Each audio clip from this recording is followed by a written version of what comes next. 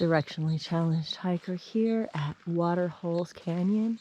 We just came up this little inlet here, not very far, and we're gonna do a little day hike up the canyon. Never-ending project and I. So we'll see.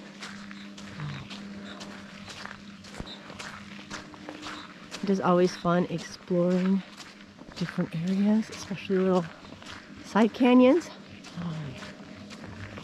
So yeah, I will. Let's see if I can climb up here and we'll see what is up ahead.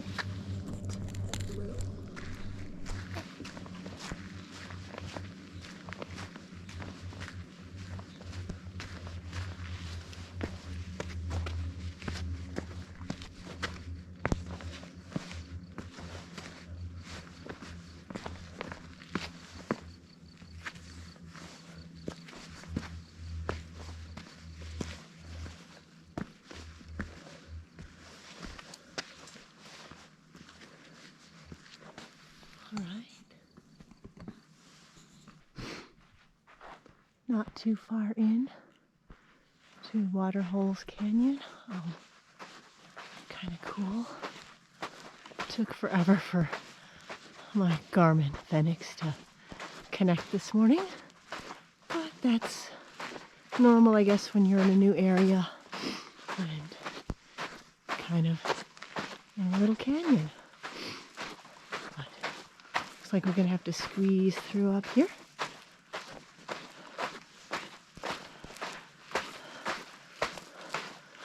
The color this morning is really pretty. Let's see. I'm gonna leave this on for this part.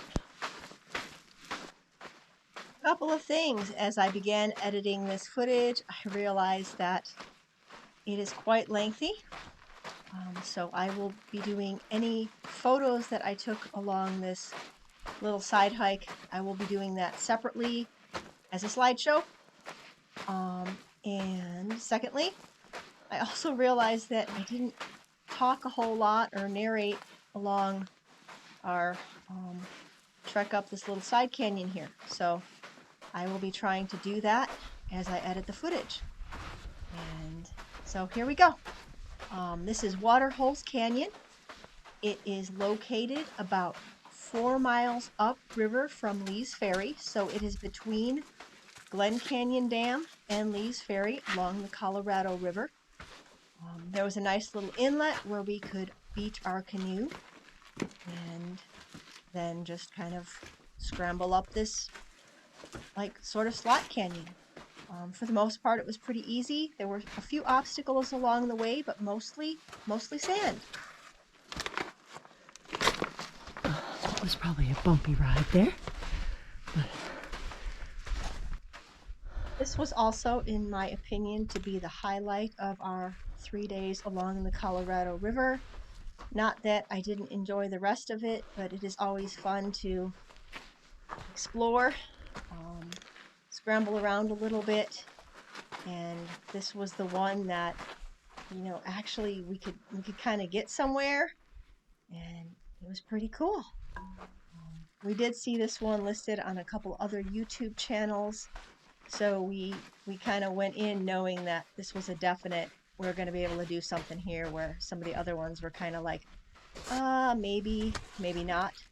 So yeah, right, Waterholes Canyon. I need to climb up. All right, came through the little minefield area, and we've been taking pictures of some of those flowers. Not sure exactly what they are, but pretty sure I've also taken pictures of them along the North Kaibab Trail. And then there also are some smaller ones over here. Walk up on those. Those are kind of pretty too. A little bit more delicate.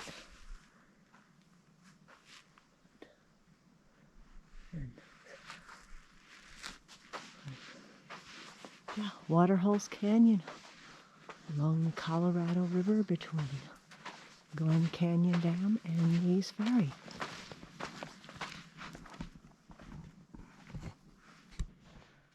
Again, never-ending project, just seems to blend in with the scenery, from his khaki pants to his kind of burnt orange backpack. Looks pretty cool in this morning light along our trek up Waterholes Canyon. I'm also realizing as I'm editing this why I really enjoy doing stuff like this. My phone keeps going off, mostly spam calls this morning, and I had forgotten to mute it. So thankfully it went off when I was taking a break. Back to our adventure here. I saw this tree and the awesome shade that it was giving, and it would have been my choice of a campsite had it been in the Grand Canyon and an area where one was allowed to camp. No, there is no camping allowed in the Waterholes Canyon area, but if you want to take a break and sit in some shade, it would probably make an awesome little lunch spot, at least in my opinion. It definitely caught my eye. But anyway, this is day 3 for us. We did take our time. I think we are both looking forward to a regular bed tonight, as we have spent the last 3 nights either sleeping in the hard, bumpy bed of a pickup truck or on the ground, since we forgot our air mattresses and bedding for this trip. Yeah, it's really helpful to pack everything in your dry sack and then leave it at home in your bedroom. But we have survived, obviously. For those of you that are interested in maybe some stats, according to my Garmin watch, our round trip was 2.25 miles, so that would be just over a mile and an eighth in and a mile and an eighth back out. Pretty obvious from the footage that it is mostly plodding in the sand, nothing super strenuous. There are a few obstacles along the way where you may have to kind of squeeze around a boulder or scramble up some rocks or boulders. Again, nothing crazy. We do come to an end where obviously neither one of us is willing or probably even capable of going on, and he's given a clap there to test the echo. I mean, it was pretty awesome. This little excursion here took us about an hour and 40 minutes, and that was with plenty of time spent taking pictures, looking at stuff, and even towards the end, a few attempts of trying to scramble up where we obviously couldn't. So yeah, not too long. Just for some more information, we did this trip the end of June, so our excursion up Waterholes Canyon actually occurred on June 30th, the last day of June. We were experiencing some pretty amazing June temperatures for Arizona. The Page area is a little bit cooler than where we actually live, but we were still seeing mid to upper 90s during the day. So it was really nice to hit this little side hike just before 8:30 in the morning while it was still cool. I think we're actually done on the river around 11:30 today. But yeah, I don't know that I'd want to be here in the summer months, scrambling up here in the heat of the day, as the heat will radiate off the canyon walls, and there is obviously no water as you go up this little side canyon. I will say that at this point in the trip, I am extremely impressed with the two of us. Neither one of us really enjoys sleeping on the hard ground, and we've had 2 nights on the ground and 1 night in that bed of the pickup truck. Yeah, I absolutely love backpacking, but when I backpack, I have my, Thermarest air mattress with me. That is, for the most part, comfortable. On a few occasions, I have had it spring a leak, mostly due to my stupidity, getting it poked in the backpack or having it, head down the camp area a ways and get stuck in a bush. But yes, we have survived this trip here. sleeping just on the ground. We did employ those life jackets that we were required to wear along the river, and I think they definitely saved me. But yeah, and I was a little bit cool the last night. I am so thankful that I brought my leggings with. I was thinking I probably wouldn't need them as the temperatures were supposed to be warmer and I was supposed to have a blanket. But sometimes you just have to make do and make the best of a situation. It was definitely a memorable trip for the two of us. Upon getting back home, we started checking out Facebook Marketplace for some canoes, and we did end up picking up a used aluminum canoe. Yep, 1977 Grumman. I think it's a 14-footer. We have yet to take it out because once we bought it, the temperatures in July went up to like 110 plus, or right around there for almost the entire month. And even if we drove a couple hours away, it was still going to be scorching hot by the time we could get there. And yeah, neither one of us are big fans of just getting cooked out on the water. I will also add, you know, you've been following along for a while, maybe some of my backpacking footage, and I get fairly tan. I absolutely abhor sunscreen, but since we were going to be out on the water all day, I invested in sunscreen, and I actually put it on along with, I had a long sleeve, like technical fabric shirt that I wore while I was on the water to keep the sun off of me. Not easily. I even wore a hat. You might see it in some of the pictures that my husband caught of me, but yeah, it matches his hat. And like sunscreen, I really don't like hats, but I wore one, and I did this whole trip without getting sunburned.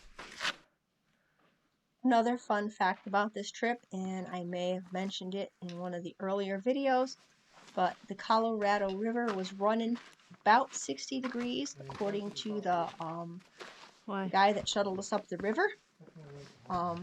Normally we're looking at the mid 40s, and I could feel the difference when I backpack in the Grand Canyon.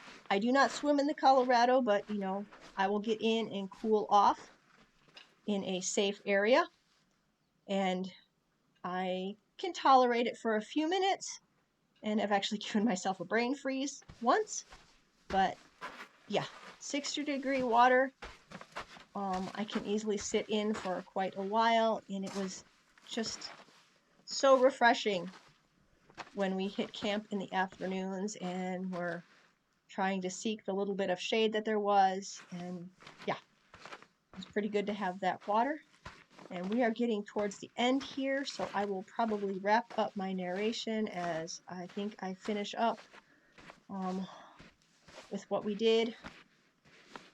But yeah, so this was the highlight of our 3 days along the Colorado River. We may or may not do this one again. It was definitely fun. So I will end this for now. Enjoy the rest of the footage. Until next time, Directionally Challenged Hiker. All right, looks like this is the end of the canyon for us at Waterholes Canyon. It looks like if you were skilled and a little bit more sporty than us, you might be able to go up that like little crack there. Wow. Not happening for us today. We'll see. I'm gonna take you back around, let you see like the little flow off here and see what he is doing over there in just a minute.